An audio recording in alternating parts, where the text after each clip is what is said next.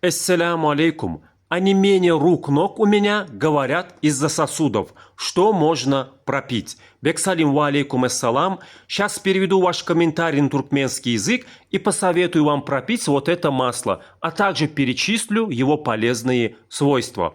Күніңіз хайырлы болсын. Бексалимның эллері аяклары курушяда, шоң себебинне эллерини аякларını duyanok. Sebebinem сосудlardan görýärler, bir zat içmäni maslahat beräý diýip haýyş etdi. Бексалим, перед вами софлоровое масло. Турецкого производства, сами турки называют его аспир яғы. Оно помогает при диабете, снижает холестерин, а также улучшает здоровье сосудов. Я его советую вам пропить, надеюсь, вам оно поможет. Также оно содержит очень много витамина Е, его можно использовать и снаружи тоже, увлажняет кожу, снижает покраснение, помогает при акне и экземе.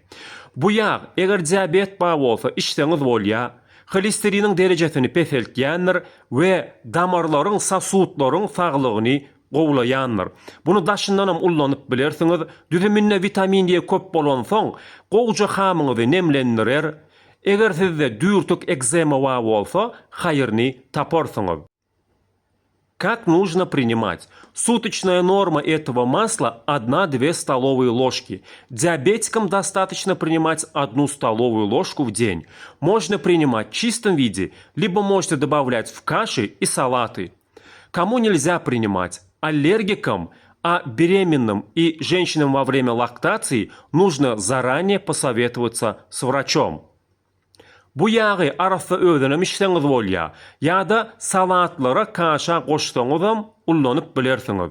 Günüň normasy 1 ýa-da 2 uly çemçe, diabetiklara 1 uly nahar çemçe yeterlikdir.